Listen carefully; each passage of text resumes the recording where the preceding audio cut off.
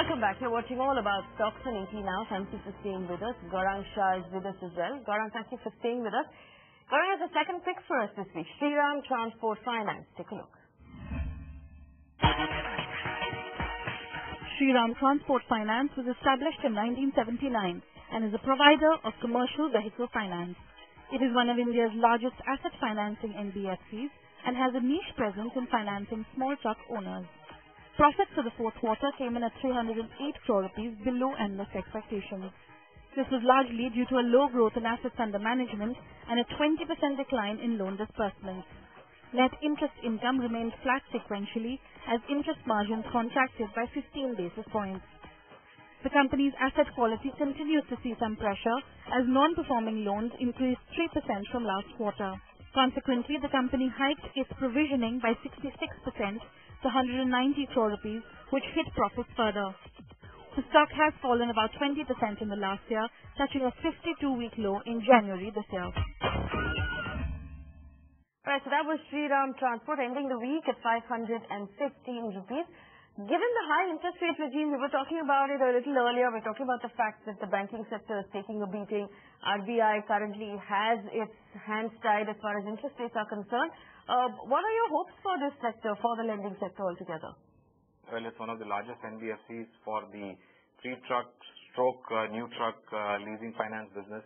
Has got other verticals to generate revenues. We believe that going forward from here on, with certain changes in the road transport also, we've seen offtake of new commercial vehicles, LCVs going up to a certain extent. And if you have to go by the commercial vehicle segment numbers from some of the four-wheeler commercial vehicle manufacturing companies or LCV manufacturing companies, it gives us a feeling that, from here on, what we should see is that how much of a downside is protected. And that's where we feel that, all the negativities, given the kind of current market price that is traded for Shriram Transport Finance, we feel that the downside is very much limited. If I look at 12 to 16 months and I see the positivities emerging, I have a target of about 640.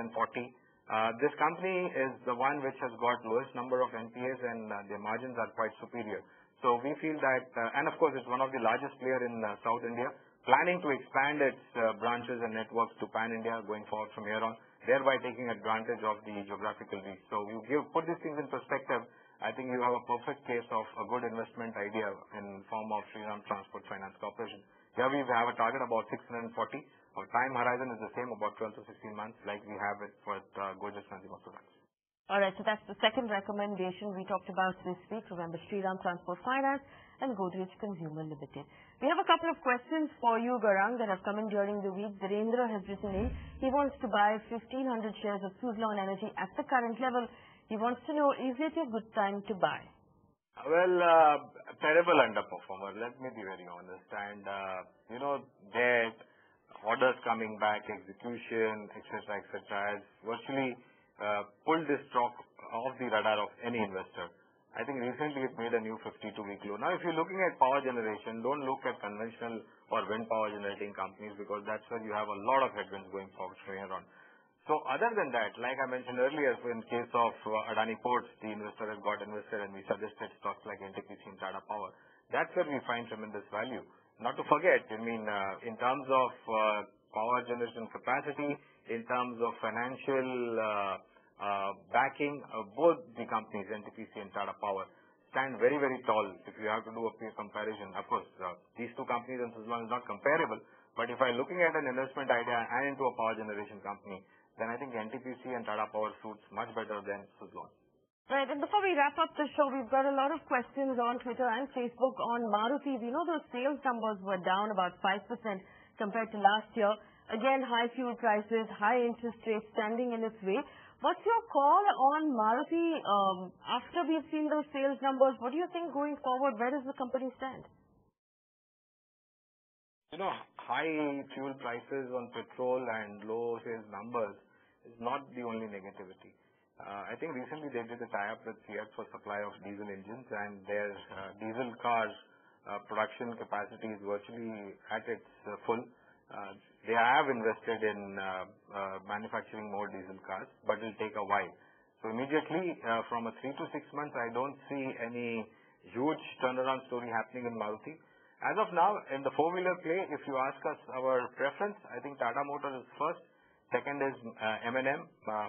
We would possibly wait for about a quarter or two to take a call on Maruti. All right, wait for a quarter or two to take a call on Maruti. We've run out of time on this show. Gaurang, thank you so much for that very helpful conversation. We're really glad you found time to spend with us this week. We look forward to sitting down with you again soon. Send in those stock questions, anything you might want to ask us about your equity portfolio. You can also reach us on our Facebook page. There will be the video of the show up, so you can listen to it one more time if you need to. Get in touch with me on Twitter as well. Thanks for watching.